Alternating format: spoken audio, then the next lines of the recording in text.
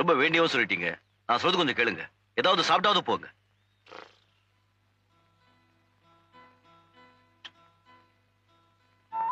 ரொம்ப வருஷத்துக்கு அப்புறம் ஒரு நல்ல சாப்பாடு சாப்பிட்டு திருப்தி.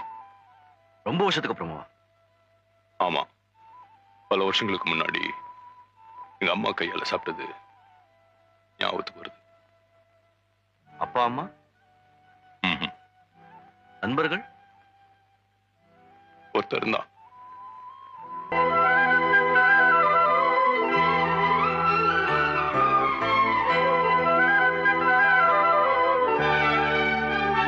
அவனை நான் இழந்துட்டேன்.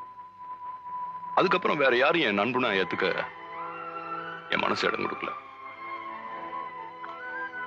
நீ ரொம்ப நல்லவனா இருக்க. நம்ம உயிரோடு இருந்தா மறுபடியும் சந்திப்போம். நிச்சயமா.